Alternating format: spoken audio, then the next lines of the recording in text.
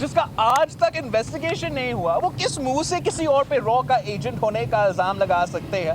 مولانا صاحب پہ آپ جتنا بھی ہمارا سیاسی مخالف رہا ہے، ہمارا بھی سیاسی اختلافات ہے، لیکن را ایجنٹ کا الزام لگانا خاص طور پہ اس حکومت کی طرف سے، جو ماشاءاللہ پہلا حکومت ہے جس کے واچ پہ مودی نے 370 لگا دیا ہے کشمیر پہ، جس کے واچ پہ ہمارا ان کے اپنے منتخب نمائندے اٹھ کے اسرائیل کی بات کرتے ہیں، تو پھر یہ کس منہ سے اپوزیشن کے نمائندوں پہ را ایجنٹ ہونے کے الزام لگاتے ہیں؟ میں سمجھتا ہوں جیسے میں اسٹینڈ لے کر کہتا ہوں کہ ہمیں ہر سیاسی جماعت کو مذہب کو سیاست کے لیے استعمال نہیں کرنا چاہیے، ویسے ہی ہمیں یہ جو غداری کا الزام ہے جو ہر دوسرا سیاستدان پہ لگتا ہے اپنا حکومت بچانے کے لیے، اپنا اقتدار بچانے کے لیے، اس کو بھی ہمیں اس سے بھی گریز کرنا چاہیے۔ اور خان صاحب نے پہلے دن پہ کہا تھا، آپ سب نے نہیں سنا، اس نے تو میرے سامنے پہلے دن میں جب میں نے اس کو سلیکٹڈ کا نام دیا تھا تب چیخ کے کہہ رہا تھا کہ کنٹینر بھی دوں گا،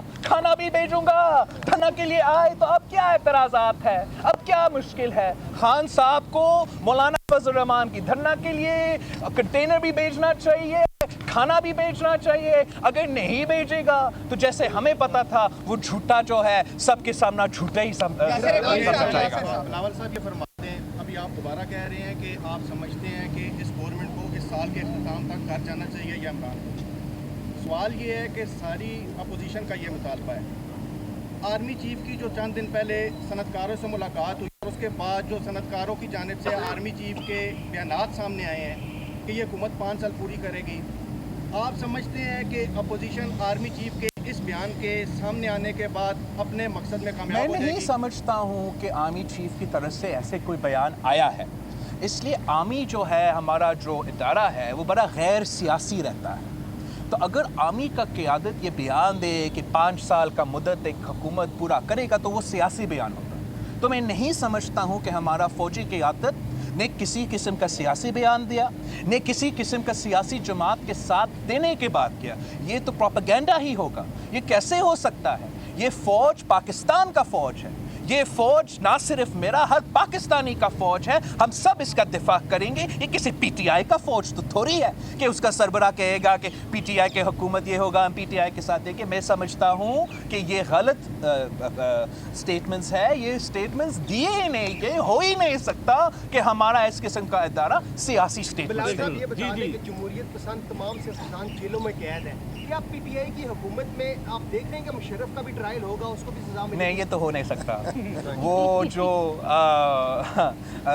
مشرف صاحب کا حکومت تھا اور آج عمران کا حکومت ہے، ایک ہی چیز ہے۔ تب بھی سلیکٹڈ تھا، آج بھی سلیکٹڈ ہے، اور اس ٹائم پہ بھی مشرف صاحب کے ٹائم پہ بھی یہی خواب تھا نا، یہی خواب تھا کہ اس ملک کی ساری جمہوری قیادت کو جیل میں ڈال کے اپنا فارن پالیسی ایجنڈا کشمیر سے لے کے دوسرے ممالک سے رشتہ داروں تک تقریباً ایک ہی ہے۔ انفیکٹ مشرف صاحب کا جو کشمیر کا فارمولا تھا وہی فارمولا عمران خان نے انٹرویو میں کیا تھا، اور وہ سب کچھ اب ہمارے سامنے ہو رہا ہے۔ تو میں سمجھتا ہوں کہ مشرف صاحب کا آج کا کوئی تبدیلی نہیں ہے، کچھ نیا نہیں ہے، یہ وہی پرانا مشرف کا کابینہ ہے، وہی لوگ عمران خان کے ساتھ ہے، اور وہی نقصان جو ہمارا معیشت کو ہوا، جو ہمارا ریاست کو ہوا، جو ہمارا سیاست کو ہوا، جو ہمارا صحافت کو ہوا، جو مشرف نے کیا، وہ آج عمران کر رہا ہے۔ اس لیے اس ملک کی ساری جمہوری قیادت ایک پیج پہ ہے کہ اگر ہمیں سلیکٹڈ کو گھر بھیجنا پڑے گا، عوامی حکومت بنانا پڑے گا جو مل بیٹھ کے اس ملک کے غریب عوام کے مسائل کا حل نکال سکے۔ آپ سب کا non state actors Taliban, non state actors کے ساتھ جو پاکستان اس وقت جو ہوسٹ کر رہے ہیں تمام تر مذاکرات، انٹرنیشنل پولیٹکس میں کیا پاکستان کو گین اور لاس ہوگا؟ میں سمجھتا ہوں کہ پاکستان کو اپنے کارڈز بڑا کیئرفلی کھیلنا چاہیے۔